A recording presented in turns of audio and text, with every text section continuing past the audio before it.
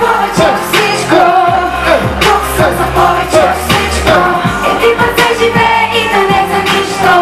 Много от себе си, да. Никога не казвай, че не можеш. Но също себе си знай. Ако искаш повече от всичко, ти хайде, хайде. Здравейте! Как се чувствате в момента на турнето на The Voice? Чувствам се уникално, защото наистина това е едно невероятно събитие за всички нас, музиканти, които сме поканени на турнето на The Voice, за което много благодарим. Общо взето аз казах и пак ще повторя, че си заслужава всичко, което правиш за момента, в който скачиш на тази огромна сцена. Наистина многохилядната публика, която е пред нас, ни кара да се чувстваме уникално и неповторимо. Много благодарим за всички аплодисменти, за всички хора, които са дошли тук да ни гледат и всички, които знаят нашите песни. Много благодарим.